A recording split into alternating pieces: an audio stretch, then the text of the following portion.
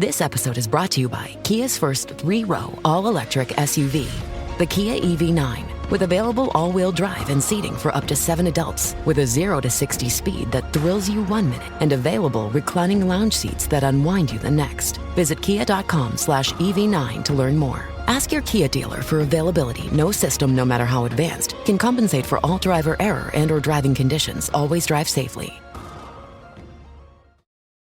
Welcome to the Human Capital Innovations Podcast, your go-to source for personal, professional, and organizational growth and development.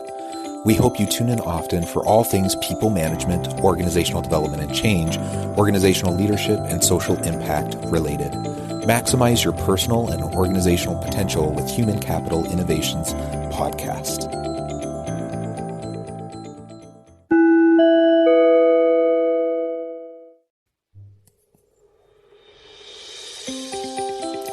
Welcome to the Human Capital Innovations Podcast. In this HCI podcast episode, I talk with Terry Sidford about finding the courage to lead your situation, your team, your work environment, and your relationships.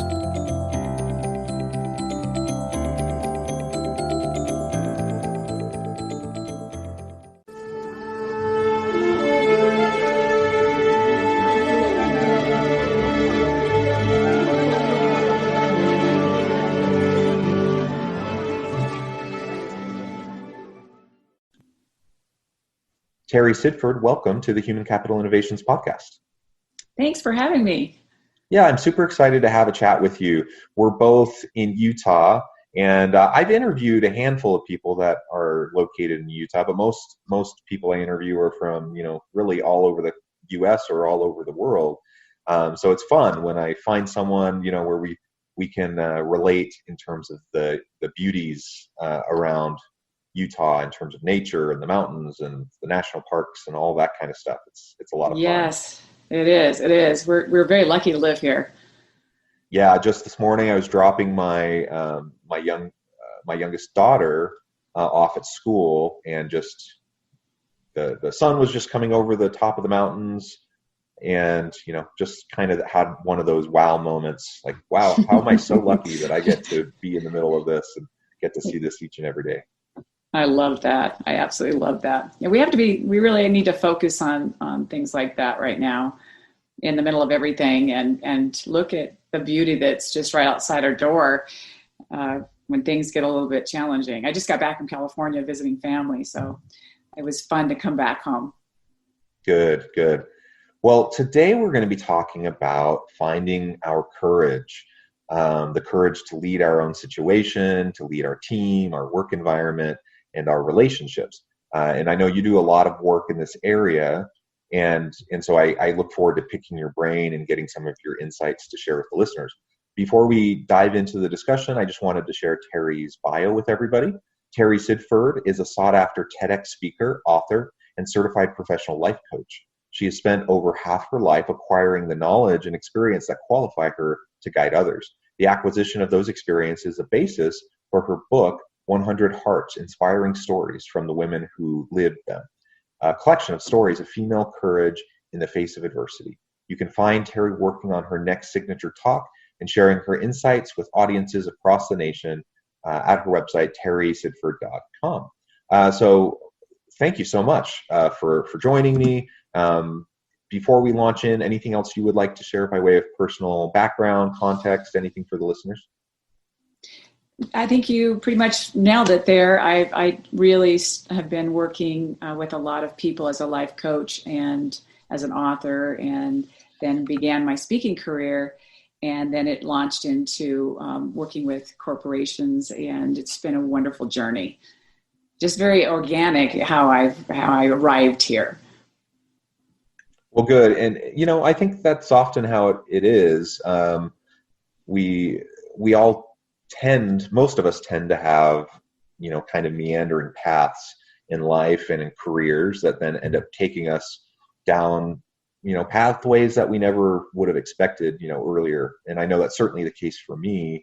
And I find that a lot of what I do now, lays the groundwork for future opportunities, 5-10 years from now that I haven't even conceived of yet. And so it's fun to just go on the journey and see where life takes us. It is. It is. And I think that's something we can even talk about with, what we're talking about today, that it takes leadership in your own life to go into the unknown and trust that unknown and be courageous in that. And that's where you will find new opportunities. That's where you will find a path that you never thought of. And so I'm hoping we can talk about that a little bit more today. Excellent. Yeah, let's absolutely do that. I thought maybe we could start off with a brief discussion about values and value alignment, value congruence. So we all have to make compromises each and every day. We're faced with all sorts of complex situations, and in my experience, not much in this world fits into black and white thinking. There's lots of shades of gray. There's lots of colors in the rainbow. Whatever metaphor you want to use. The reality is that things are messy, things are complex, and so we have to wrestle with and live within the tension of having our values and staying true to ourselves, but also responding to situations and understanding they're messy. And sometimes there's not a great outcome. There's not a great choice. Like we have a bunch of bad choices or maybe we have a bunch of good choices and we're just trying to figure out which one we should do. It's hard stuff. So tell me, what do you think about how we can better align our values with the situations we find ourselves in, and how we can find courage to say no when things don't align with those values, to say yes when things do align, but maybe it's a little scary. What do you think? Yeah, I love this topic because it's something I talk about with my clients all the time. Because if you, first of all, don't do the work to understand what it takes for you individually to be happy and fulfilled, all those different pieces in your life, and understand what makes you, part of who you are, what's important to you, and that's part of your values. And I do believe that values are some things that you bring into this world. There's some core values that are just with you. When you're 5 years old, you're like, yep, I was just like that when I was 5. That was important to me. And then you take on society's values, and some add to your character and add to your fulfillment. And then you also take on some other values in your life that really aren't yours, or they don't support who you really are and what's most important to you. And I think it's taking time to understand those things first of all. And that gives you the grounding and the foundation to handle whatever life throws at you. And another thing, they say that people that are really resilient, and that's the ability to bounce back from difficulty, are people that understand that life is challenging, that there are going to be challenging situations where you have to make a decision and you have to say no. And if you say no based on what's most important to you and your values, it becomes easier. Because when you say no, you're actually saying yes to something else. And the more you do it, it's just like a muscle, it becomes easier. And so it's a practice. You have to really practice it. And again, you want to do it with tact. You don't want to just say no. And sometimes it needs an explanation. Other times it does not. And, some people in the beginning, when they say no, they're kind of rigid. It's like, no, because they're not used to it. So just, practice it until it just becomes, you do it with grace and ease, and people respect you. And that's in the workplace or in your personal life, they'll start to respect you and trust you because, she will say what she really means, or he will say what he really means. Yeah. Yeah. And I like how you frame that, as there's flip sides to the coin, right? So you're saying no to something, that means you're saying yes to something else, or vice versa. You're saying yes to something, you're saying no to something else. So we're faced with those kinds of decisions each and every day. And a lot of times, we, in our own minds, we think, well, I don't want to disappoint somebody, so I'm just going to say yes, even though that's not consistent with who I am. Or maybe I just don't have that's a problem in the workplace all the time. People say yes, they feel like pressure, they feel like they have to agree to do something more rather than, maintaining personal boundaries. And so, it's a challenge. But we need to remember that we are saying no to something else if we say yes to that thing that we don't feel is consistent with ourselves. If I say yes to this extra project at work, I'm saying no probably to an extra activity with my family, or to whatever other important thing that there is in my life. And so I have to make that decision. Which priority am I going to allow to dictate my choices?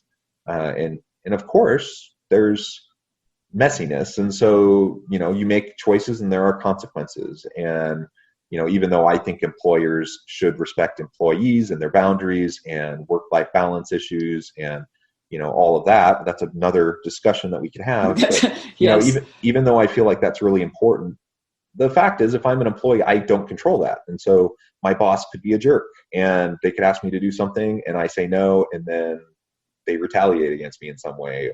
That is a possibility. So part of all of this, as we're thinking about saying yes, saying no, we're thinking about the consequences of our actions, is we have to learn to be comfortable with the outcomes, even if it's not perhaps what we would really desire.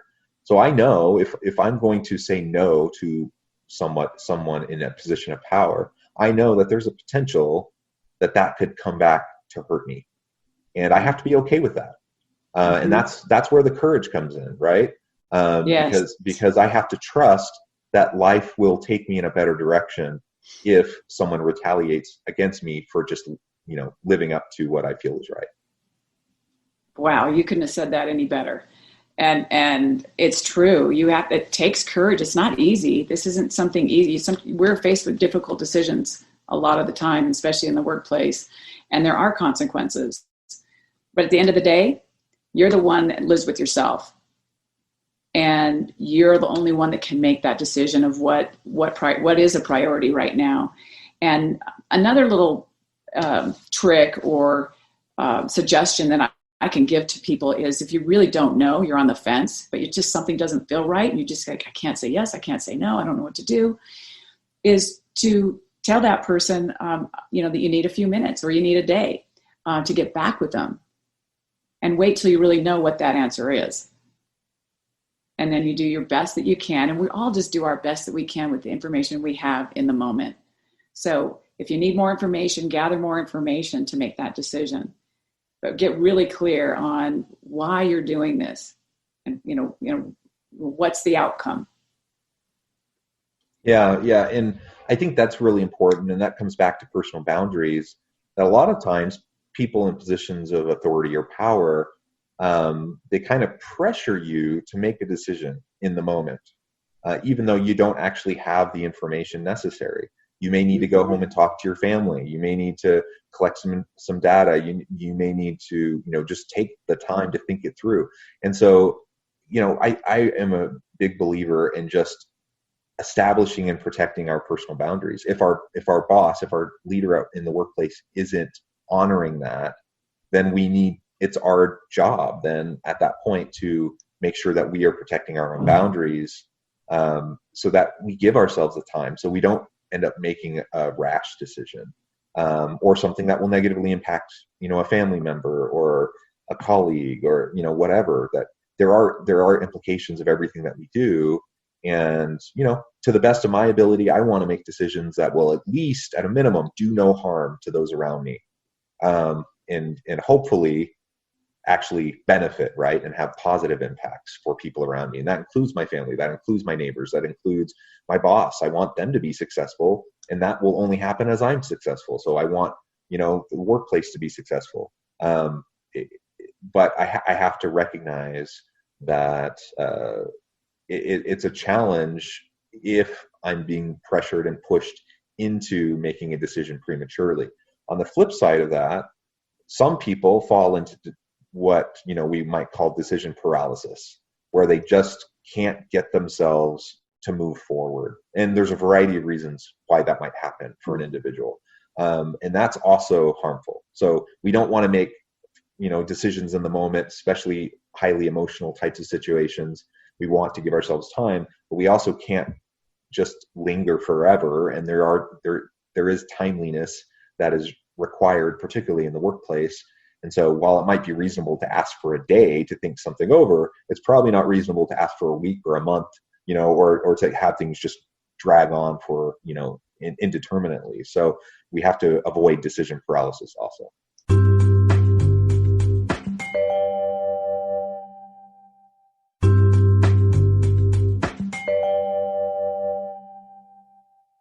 That's a really good point on that one. People are fearful of making a mistake a lot of times, so that gives them that paralysis. But if they look at it as the worst case scenario, if you could handle the worst case scenario or outcome and kind of go there for a moment and face it, usually can get to the other side. And the worst case scenario is you're going to learn something. If this is not the right decision, I'm going to learn something. I probably won't make that decision again. Or I'll be smarter, or I'll learn, I'll be better from this somehow. Yeah. So that kind of helps people get off the fence in making those decisions, because it's okay to make mistakes. How else are we going to grow or go or push past our comfort zones and learn something new? It's really going to that uncomfortable place, and you don't know sometimes if it's the right decision. Yeah. But hedge your bets. Yeah. Growth happens in the tension, right? And so we almost never grow when we're comfortable. And so learning and developing ourselves and developing the people around us happens, like you mentioned, learning as a muscle, or learning to say no as a muscle. We have to exercise that, right? And that's the growth comes in the tension. Now, we've been talking about courage to make decisions, but how about courage to lead? I know you do a lot of work in talking about courage to lead your own situation, but also in the workplace, your team, your work environment, workplace relationships and such. What do you mean by that? What's the courage to lead, and why is that important? Being courageous as a leader is really stepping up and being willing to take the first step and move in a direction, or making a decision that's difficult, and doing it in a way that people want to come with you, even if you don't have all the facts, or it's a risk. I feel like it takes a lot of courage to be the first one to say, you know what, I'm going to go, I'm going to figure this out, and I'm going to try it. And I'm going to inspire all of you around me to come with me and trust me in this process. And that gives the people around your team more confidence to go there too. And again, like you said, what was your saying, that the uncomfortableness is the growth? What was your saying? But it was so great. But that is where you grow, and that's what leaders are. And it takes courage. It's facing the fear and the unknown and the difficult part of whatever they've decided they're going to do, and bringing other people with them and pushing past it and getting to the other side. And to me, that's really courageous. Yeah. And that is hard. I mean, even in leadership, and there's levels, right, of leadership. And right now I'm talking about formal leadership roles. I think we all can be leaders regardless of a title or role in an organization. But there are formal roles too, and from kind of the lowest level supervisor all the way up to the C-suite and the CEO. But the reality is that pretty much at every level, even the CEO is accountable to the board, right? So everyone has a boss. Everyone has accountability. There's potential fear at every level, and that requires courage at every level. So leadership does require courage. Now, at the very beginning of our discussion today, I already forgot, but you had mentioned something that you wanted to make sure that we got to in relation to this topic. So let's go there before we move on. I think we were talking. If you can remember. I don't remember what it was. I just think I think it was just more. I think we're just talking about courage and leadership, and how important that is, and that in my journey of being a life coach, working with individuals, and a business coach, and working with corporations, I found that there was a secret ingredients in people's personal life and in the workplace, and that helps them break through barriers and achieve their goals and their dreams. And there's many barriers and obstacles out there that we're all dealing with. And what makes the difference of people who've been very successful is that they were courageous. That's the secret ingredient. They didn't let money, education, health, confidence, all these different things that we all are dealing with or can be dealing with, get in their way. They saw a vision. They knew that they were stronger than they thought they were. And that's what I found with courage, that a lot of people are being courageous and using courage, but they haven't really put a word to it. And it's courage. And it really is speaking one's truth and knowing that you can face the difficult things and keep going, and there's something on the other side of it. And it's persistence. It's not giving up. And it's knowing that there's something there if you do keep going, and believing in oneself. And that's personal life or in your workplace. And I think right now, maybe whoever's listening, you're probably thinking, you're right. I mean, think back into the things that you've overcome in your life and in work. Was that just luck? Or were you stronger than you thought you were? Maybe you were courageous. And now, knowing that, what can you do into the future? What haven't you done yet that might require courage? And that's how I help people understand how courageous they are and that they really can handle more than they think. And the unknown's our friend. Look back and see how courageous you've been and use that to catapult you forward into wonderful, great, amazing dreams and goals that you haven't even achieved yet. Yeah, I think, we all deal with struggles, trials. We all have our insecurities. Every single one of us, and even people who seem super confident on the outside, still have their inner demons and their insecurities that they're trying to deal with. So I think what you say is very, very important, that it does take courage each and every day. It takes courage to get up. It takes in the morning. I think especially if someone has mental health challenges or depression or things like that, I mean, literally sometimes getting out of bed in the morning can be one of the biggest challenges that they're going to face, right?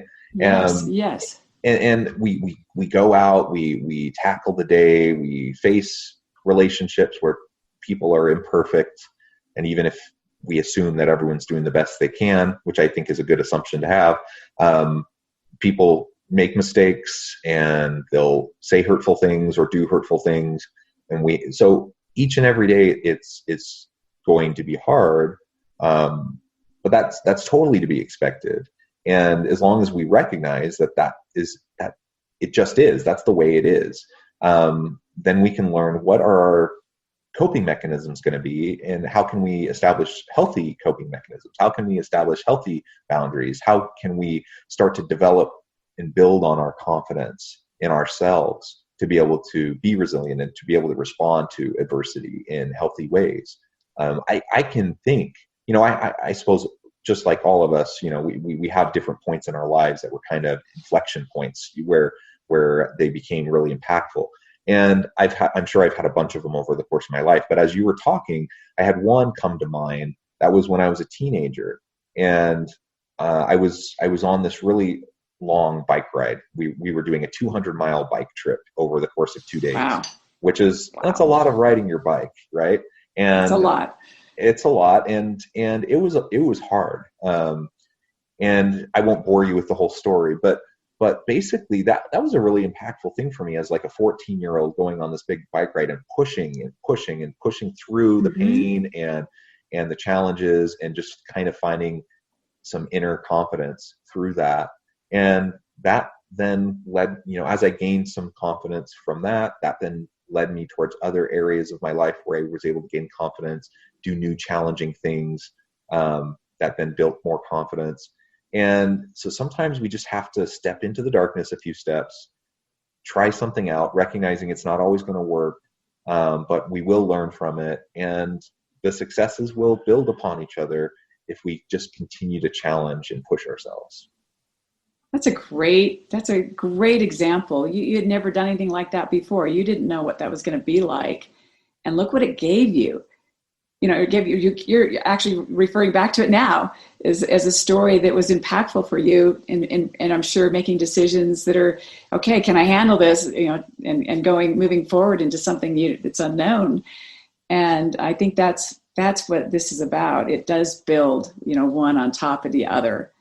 And one of my steps in my workshop, the Courage to Lead, that I'm going to be releasing soon, is that you never disqualify yourself. Instead, say yes. You really don't know what you can do unless you try. And so my motto is that, say yes and then start to figure out how I'm going to do it. If it's something I really want to do it, I'll say yes, and many times have no idea how I'm going to get that done. Whether that's a TED Talk. I remember, someone said, you should do a TED Talk. I'm like, okay, that'd be great. It's going to take me a good year to probably get into some TED Talk somewhere. And first one I applied to said yes. And then I was supposed to be on stage in 4 months. I didn't even have my talk figured out. So I'm like, okay, here we go. I have 4 months. I can do this. And it's been an amazing journey living like that. I mean, even if you don't have the qualifications you think you have, or you haven't done the education or the certificates or whatever it is, you really don't know what's possible unless you go for it. So that's another thing, I think, on the thing that you're saying. And you have to, if you've had something in the past where you've been able to do that, that will give you the confidence to do something that you have no idea how to do it. But you'll figure it out. And that takes courage. That does take courage. Absolutely. Well, Terry, it has been a real pleasure talking with you today. We're drawing short on time. So this has been a really fun discussion. Perhaps I can have you back on sometime so we can continue. But before we leave, yeah, that would be wonderful. Before we leave today, though, I want to give you the last word, and I want to give you a chance to share with listeners how they can get connected with you, find out more about your upcoming webinar and other things that are coming down the pipeline. Thank you so much. It's really been an honor to speak with you today, and I love what you're doing, and I really want to support that. And for my listeners out there, I'm working on a new book, and I have a webinar that's going to be released, The Courage to Lead, and you can go to my website to find out all the information about that and where to sign up. I'm available for coaching, and I have a sought-after newsletter that a lot of people are really enjoying right now. So go to Terry, Terry, Sidford, SIDFORD.com. And I look forward to hearing from you. And I hope that you are leading in your own personal life and your professional life, and know that you are capable of much more than you think you are capable of doing.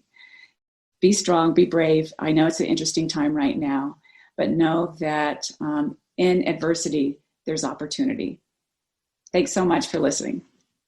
Thank you. Thank you again. I encourage listeners to reach out to Terry, get connected, find out more about what she is doing and what she could do to help you.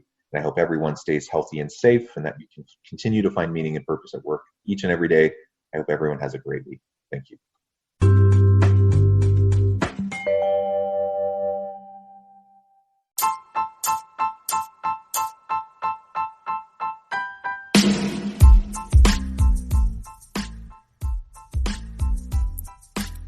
We are excited to announce the launch of Human Capital Innovation's new e-magazine, Human Capital Leadership.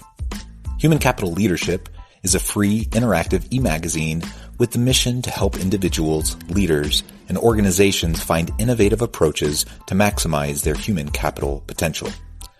We will be publishing issues quarterly in August, November, February, and May. We hope you'll check out our first issue, and please let us know what you think.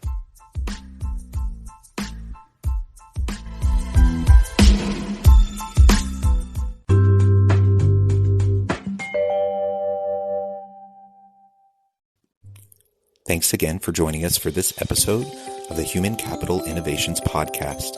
I hope you stay healthy and safe, and that you have a great week.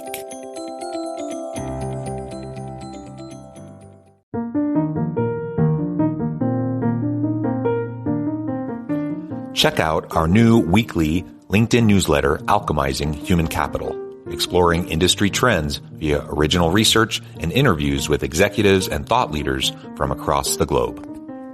We look forward to having you join us.